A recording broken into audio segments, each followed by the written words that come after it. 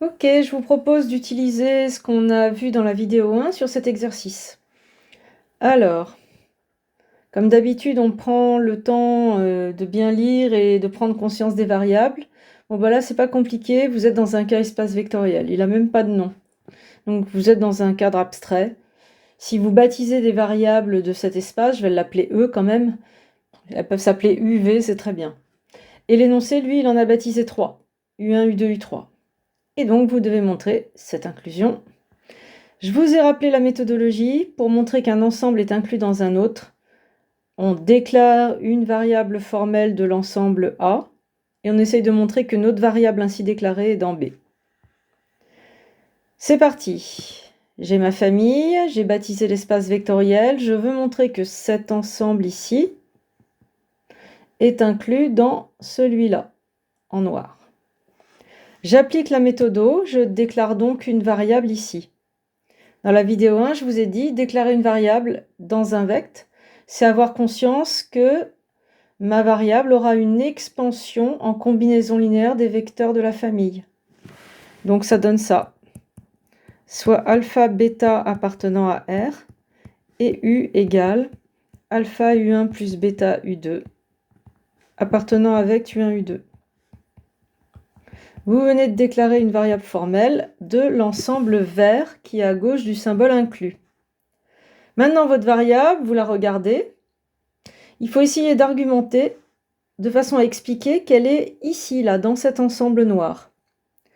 Vidéo 1, je vous ai dit, se demander si une variable est dans un vect, c'est se demander si on est capable de produire une expansion de la variable en combinaison linéaire de ça, ça et ça. Bah oui, il suffit d'observer, c'est beaucoup d'observations. J'observe U, bah c'est alpha U1 plus bêta U2 plus 0 fois U3. On est d'accord, j'ajoute 0 à U, 0 écrit comme ça. Et donc, avec cette écriture, j'observe bien une expansion de U en combinaison linéaire de U1, U2, U3. Ça prouve qu'il est dans le vect. U appartient au vect U1, U2, U3. Et ça termine votre démo. Vous avez prouvé l'inclusion. Votre variable formelle est dans l'autre. Donc, toutes les variables de vect U1, U2 sont dans vect U1, U2, U3. Continuons. Dans la suite de l'exercice, on vous demande de montrer un si et seulement si, c'est-à-dire une équivalence. Donc, ça égale ça, si et seulement si, U3 est combinaison linéaire de U1, U2. Quelques rappels de rédaction. Une équivalence, quand elle n'est pas utilisée dans un cadre d'équation et autres, il faut la voir comme un double implique.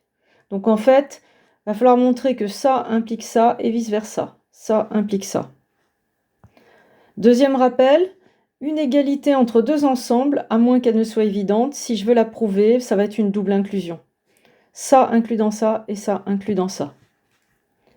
Du coup, d'après le rappel 1, on est face à un double implique à prouver. Et donc, je commence par... j'ai choisi arbitrairement de commencer par ce sens-là. Je vais montrer que vect U1, si j'ai le égal, là, j'ai eu 3 combinaisons linéaires de U1, U2. Quand on veut prouver un implique, on suppose toujours que le booléen à gauche du symbole est vrai. Donc, supposons vect U1, U2. Ça, c'est des règles de rédaction. Elle vect U1, U2, U3. Alors, réfléchissons à notre objectif. L'objectif, c'est d'atteindre U3, combinaison linéaire de U1, U2. Donc, c'est un objectif très précis. Ça parle de la variable U3. Qu'est-ce que je sais de U3? Eh bien, évidence de la vidéo 1, U3, il est dans ce vect-là. Et comme ce vect égale ce vect, U3 est dans ce vect-là. Et s'il est dans ce vect-là, c'est exactement dire combinaison linéaire de U1, U2. C'est parti. Donc, j'observe U3 appartient à vect U1, U2, U3. C'est une évidence. Or, vect U1, U2, U3 est égal à vect U1, U2, c'est notre hypothèse. Donc U3 appartient à vect U1, U2. Et on a dit, deuxième évidence, être dans ce vecteur, c'est avoir une expansion en combinaison linéaire de U1, U2. Donc U3 est combinaison linéaire de U1, U2. En fait, j'ai simplement organisé dans le bon ordre les évidences de la vidéo 1. On passe donc au implique suivant. Et comme d'habitude, on suppose que U3 est combinaison linéaire de U1, U2. Ok, quel est l'objectif à atteindre? Réfléchissons. 1 égale d'ensemble. Eh bien, on a déjà montré qu'on avait une inclusion ici. Il n'y a plus que l'inclusion à faire. On a déjà montré que vectu 1, U2 inclus dans vectu 1, U2, U3. C'était la partie petit a. Donc, il ne reste plus qu'à montrer l'autre inclusion vectu 1, U2, U3 inclus dans vectu 1, U2. Méthodologie de l'inclusion d'ensemble. Je déclare une variable formelle de cet ensemble, à gauche du inclus, et j'essaye de montrer que ma variable formelle déclarée vit là-dedans. C'est parti. Soit j'ai conscience que pour déclarer ça, je déclare une combinaison linéaire, donc soit alpha, bêta, gamma appartenant à K, et U égale alpha U1 plus bêta U2 plus gamma U3 appartenant à vectu 1, U2, U3.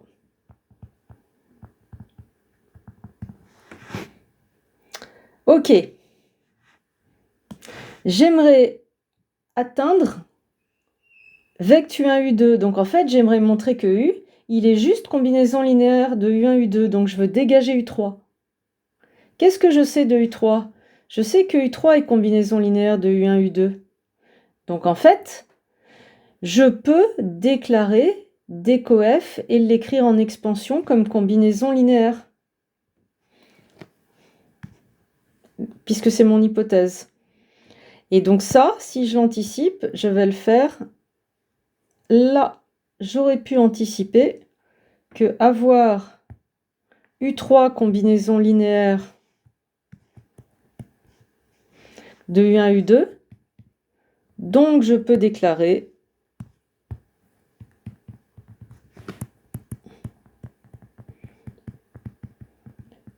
des variables, alors pas alpha, bêta, parce que vous voyez, je les utilise après, d'autres lettres, A, B, dans K, tel que U3, il a son expansion en combinaison linéaire de U1, U2.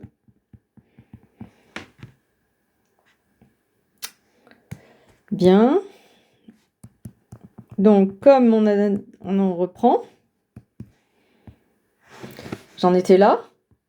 Maintenant que j'ai pris conscience que c'était bien d'avoir une expansion de U3 en combinaison linéaire de U1, U2, et je l'utilise cette expansion. Ici, U3, je vais le remplacer par AU1 plus BU2.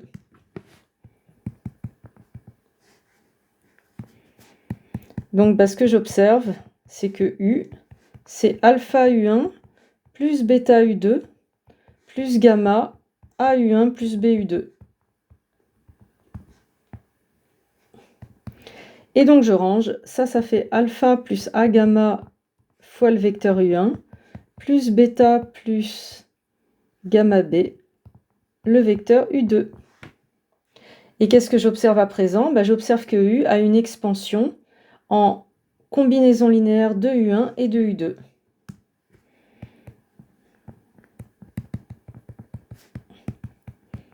J'observe U appartient à vectu 1, U2. Et j'ai rempli l'objectif avec ma méthodologie d'inclusion. J'ai déclaré ma variable formelle de vectu 1, U2, U3. C'était ma variable U verte. Cette variable, j'ai pu montrer, grâce à l'écriture de U3 en expansion avec U1, U2, qu'elle avait aussi une expansion en combinaison linéaire. Et donc ma variable, je l'observe qu'elle est dans vectu 1, U2, c'est gagné. Oups, voilà. D'où l'inclusion et donc l'égalité d'ensemble. Ce qui termine votre démo. Voilà, à bientôt pour d'autres exos.